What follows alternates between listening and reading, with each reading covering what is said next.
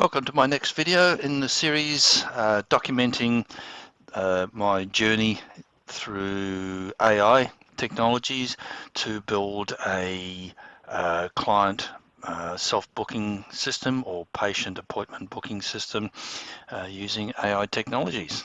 In this video, we'll be building the functionality for the practitioner to set up his own appointment schedule for the next 6 months.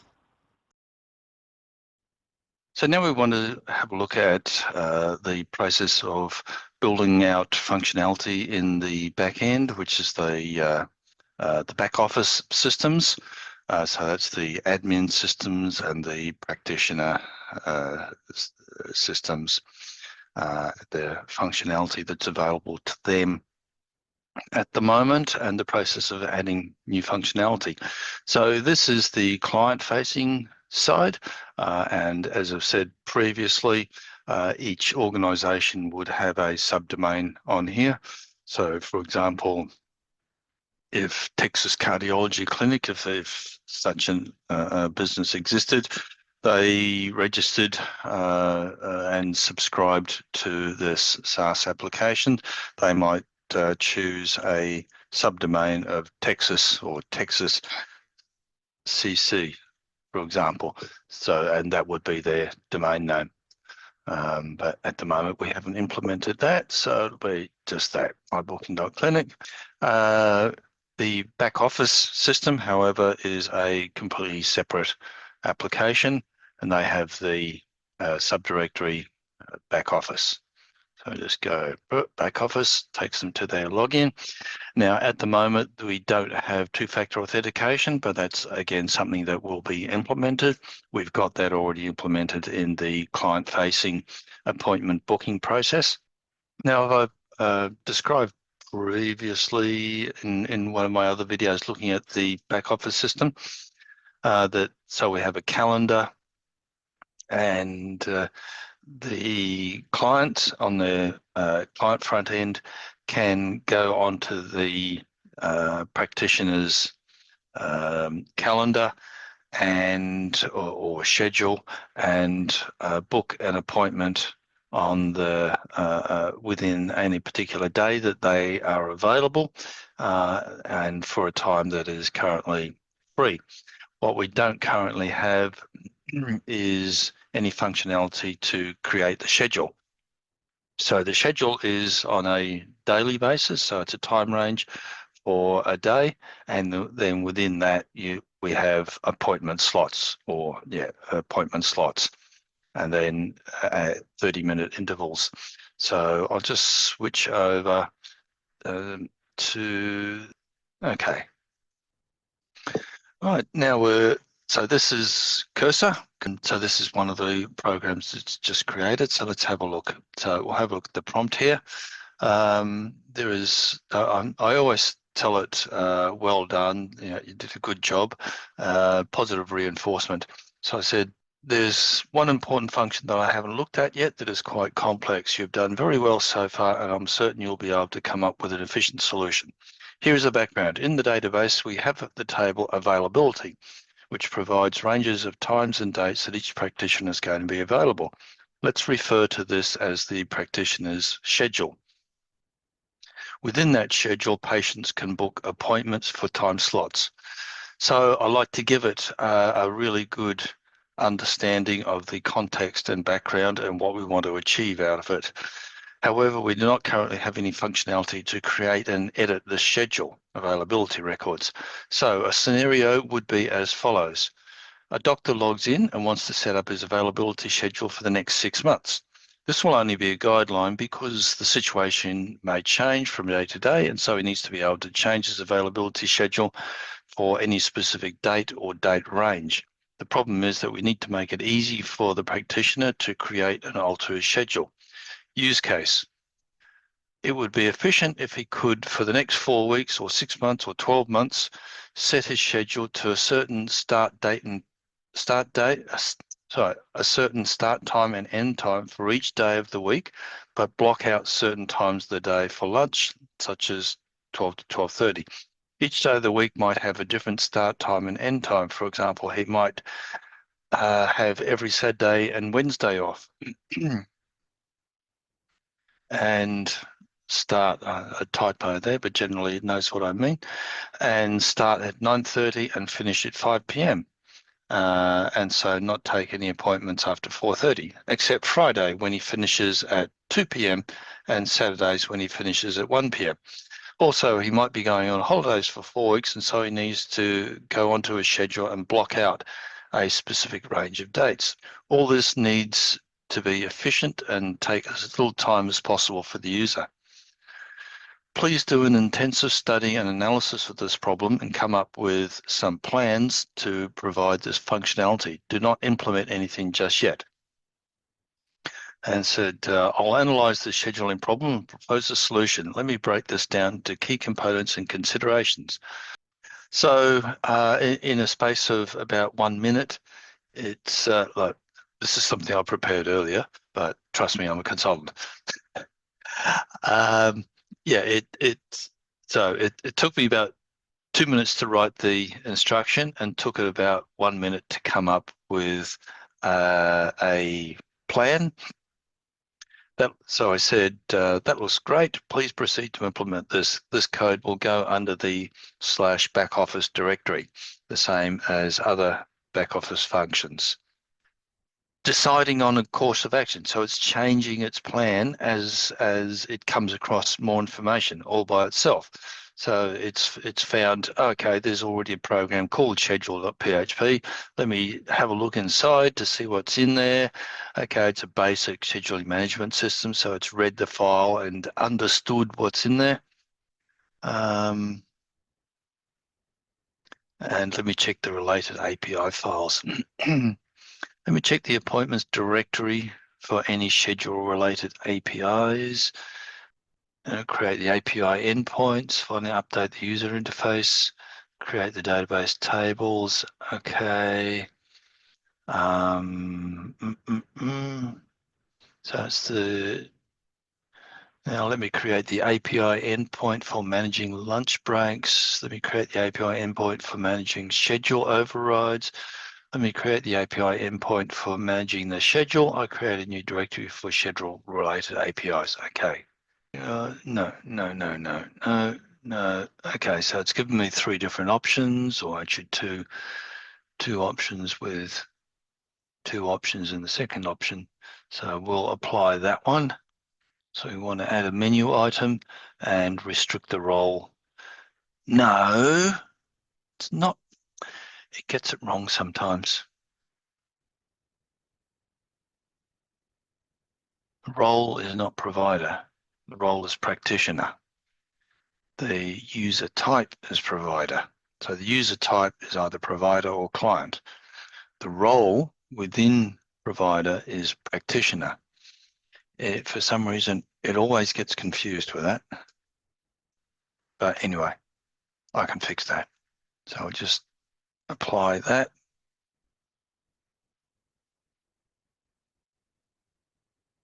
Practitioner. Okay. So I'll just refresh it. There it is, schedule.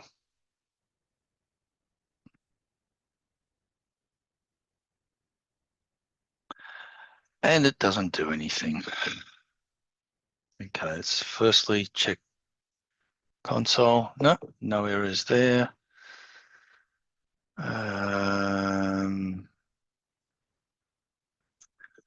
All right, we've had this problem before.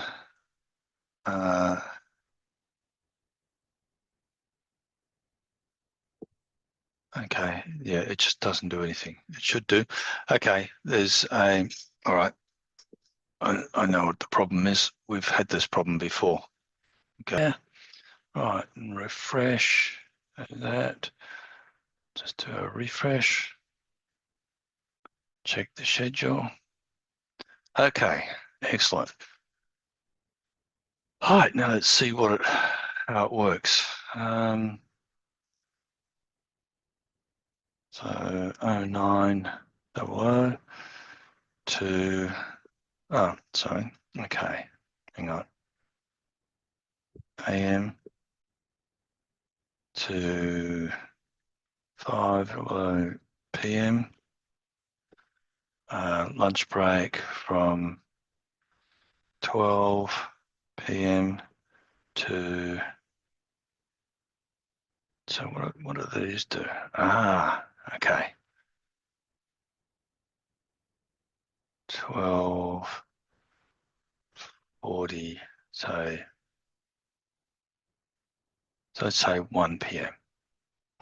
No.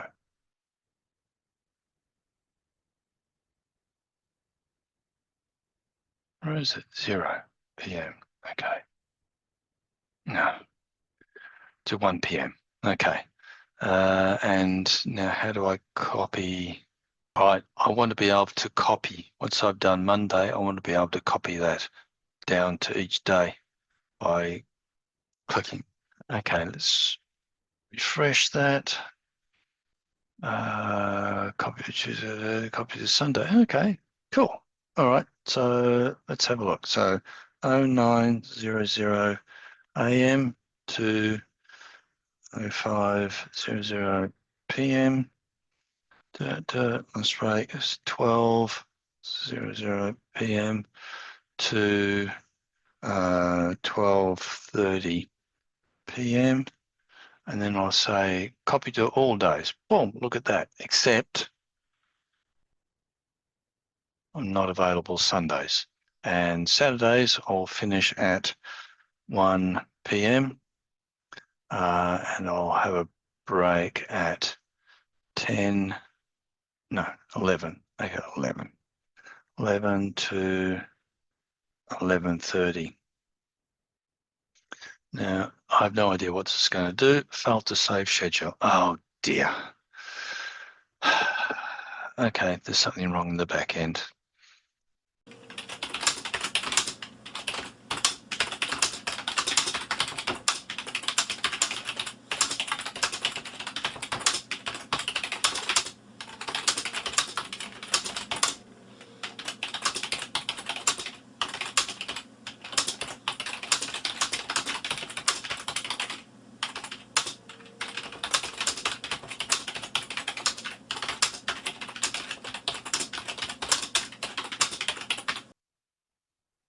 Clear, refresh. Okay, so the schedule is being displayed correctly. That's right. That's my schedule. Now implement the schedule. So let's say I start from next week for 3 weeks. Implement this. Implement. Error.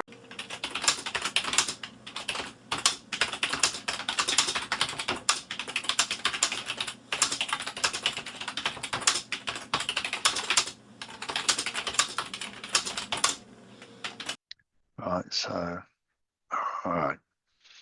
We'll leave that for now, but in the future we'll add some logic to say if it's not available, if the practitioner is not available on that day of the week, then don't require entering start and end times. What about lunch break? Because I shouldn't. Save.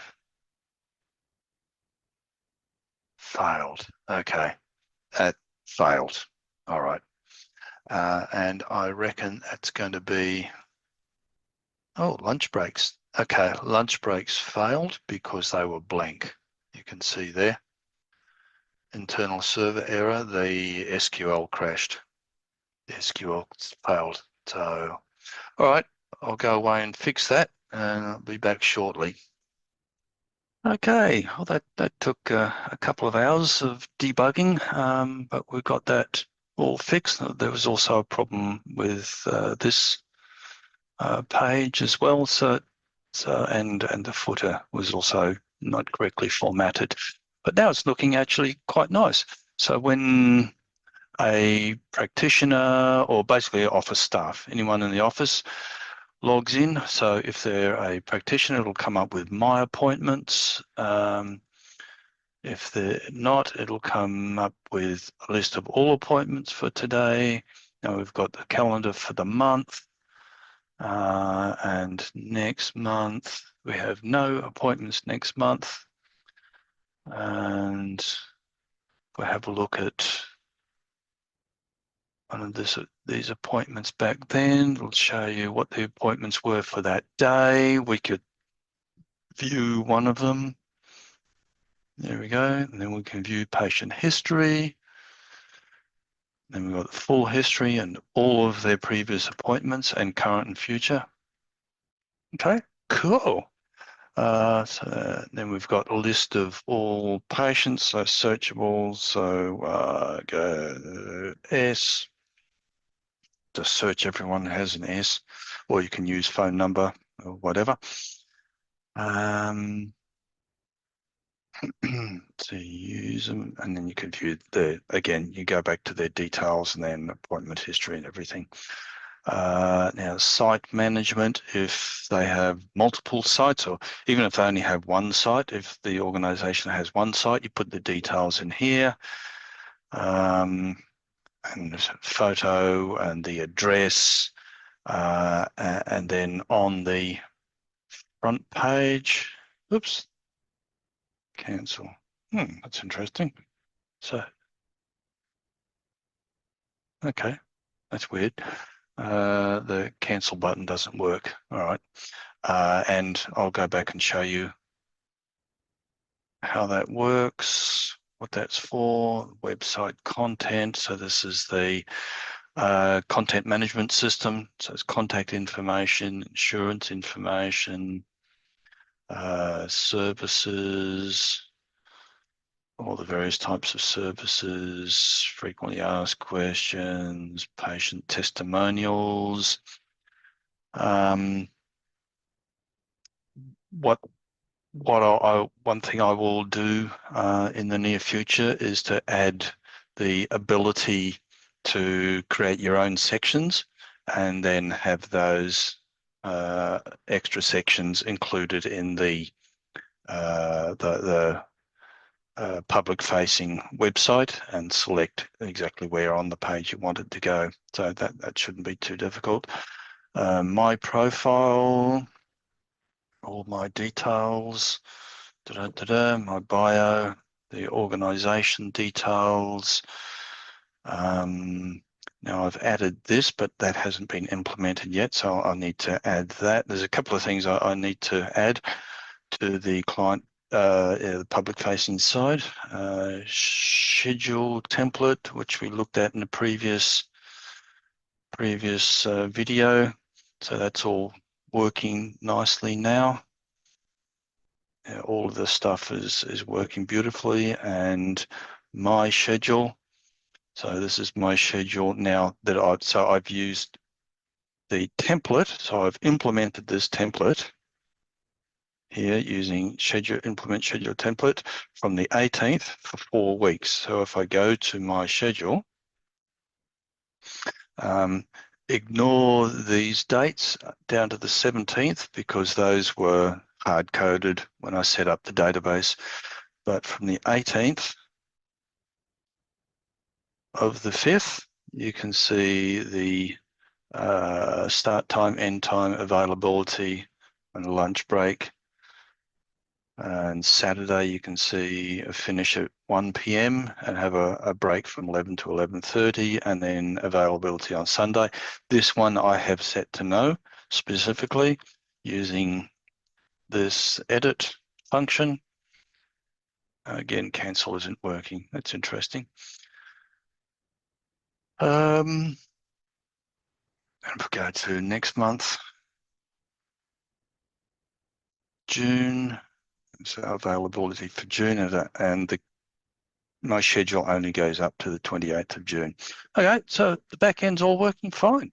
I will have some functionality functional improvements in the future, but at the moment it's looking perfectly all right. So I'll just make a couple of small changes to the front end, the user public-facing side. and then we can start the actual implementation. So yeah, it's looking very close.